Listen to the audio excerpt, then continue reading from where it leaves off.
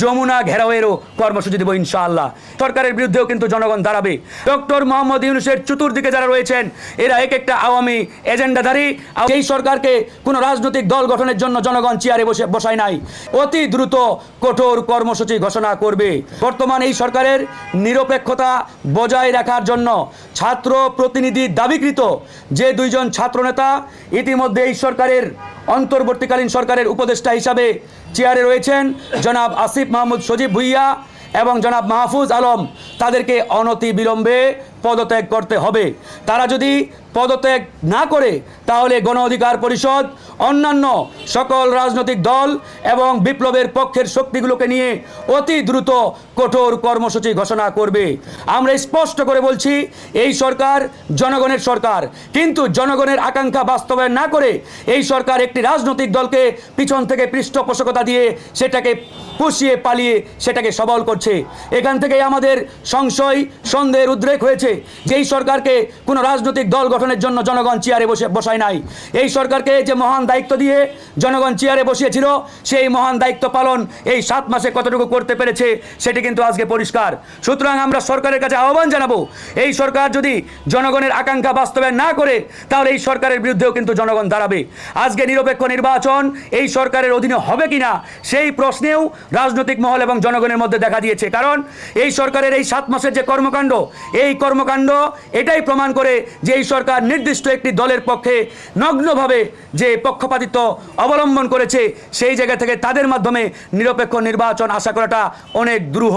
সেই জায়গা থেকে আমরা পরিষ্কারভাবে বলছি, ডক্টর মোহাম্মদ ইউনূসকে নিয়ে আমাদের কোনো আপত্তি নেই।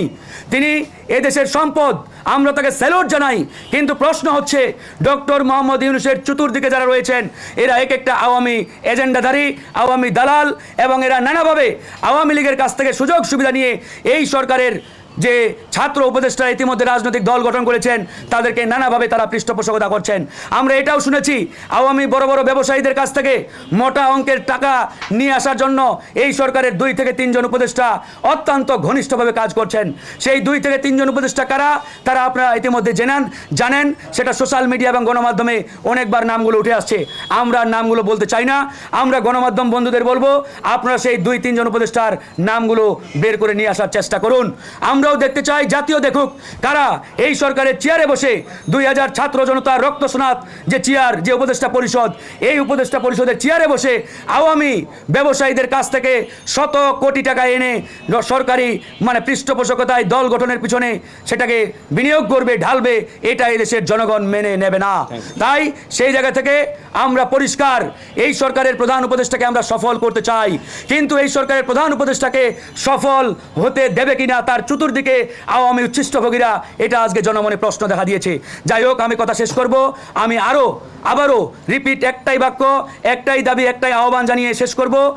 গণ অধিকার পরিষদের পরিষ্কার দাবি, আগামী 15 দিনের মধ্যে বর্তমান সরকারের ছাত্র প্রতিনিধি খ্যাত যারা নিজেরাই দাবি করছে, জনগণ মনে করছে না, জনাব আসিফ মাহমুদ সজীব ভুইয়া এবং মাহফুজ আলমকে পদত্যাগ করতে হবে। তারা যদি আগামী 15 দিনের মধ্যে পদত্যাগ না করে এবং ডক্টর মোহাম্মদ ইউনূসের সরকার এ বিষয়ে যদি কার্যকর কোনো উদ্যোগ না গ্রহণ করে তাহলে জনগণকে সাথে নিয়ে এবং বিপ্লবের পক্ষের সকল শক্তিকে নিয়ে গণ অধিকার পরিষদ কঠোর কর্মসূচি ঘোষণা করতে বাধ্য হবে। এমনকি আমরা যমুনা ঘেরাওয়েরও কর্মসূচি দেব ইনশাআল্লাহ।